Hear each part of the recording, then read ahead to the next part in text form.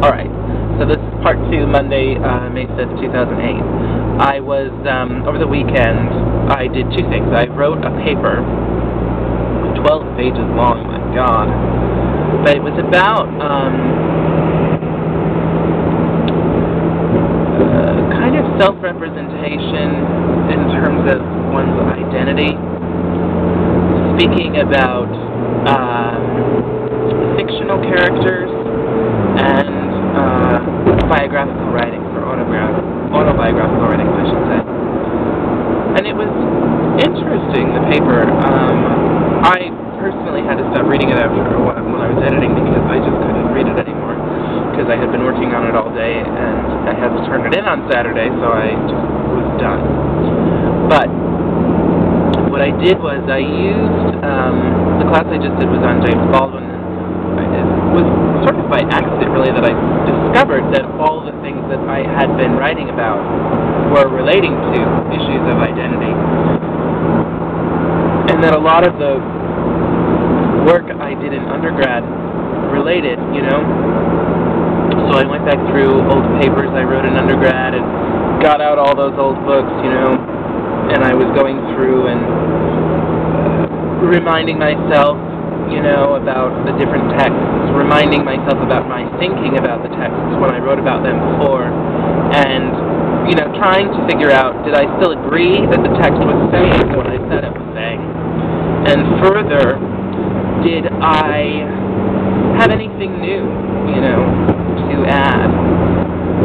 Or different ways of connecting those ideas with these ideas that I had now? And I did. So that was really good. You know, it reminded me of when I was at CSUN last year, and the professor, the writing professor there, said that what should happen when you're writing a paper, two things should happen.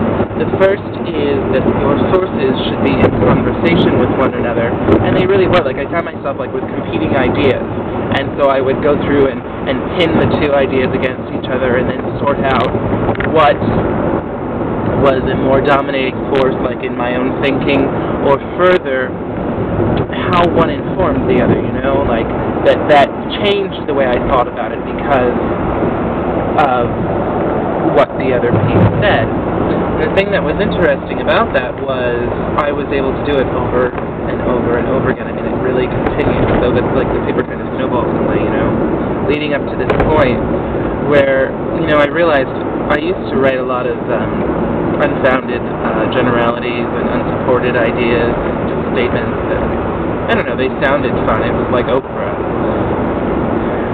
My undergrad of Oprah. But that, you know, I could immediately recognize if I was doing that now, or when I would look back at my old papers and I'd be like, well, what the hell is that? No, no, no, no, no, and get rid of it. I crafted this wonderful conclusion where, I mean, I asked a lot of questions in the paper, I think, and that's part of why my thinking was so, I think it was clear to follow where my mind was going, because if I had questions, I asked them right in the paper. So, anyway, it was interesting. It was an interesting experience. That was one of the things I did. The other thing I did was went to my friend Chris's birthday party, which was uneventful, and I ended up leaving because I found myself being invested too much in what other people were doing and me not being necessarily involved in things that were going on and feeling like I was being left out. And then I thought, I'm not going to be here anymore after next year, so why do I care about what these people are doing? I mean, I cared about my friend Chris because it was his birthday, so, you know, I said goodbye to him and I left. So that was the birthday experience on Saturday. Besides that, I haven't much else to say. I think the video is way too long, but I get caught up when I'm talking about writing, because I actually really impressed myself. So that's it, I'm done. I hope that you're well and enjoy your day. And I'll be back with more vlogs this week. Going to New York again this weekend, oh my god. Can't wait. Ciao.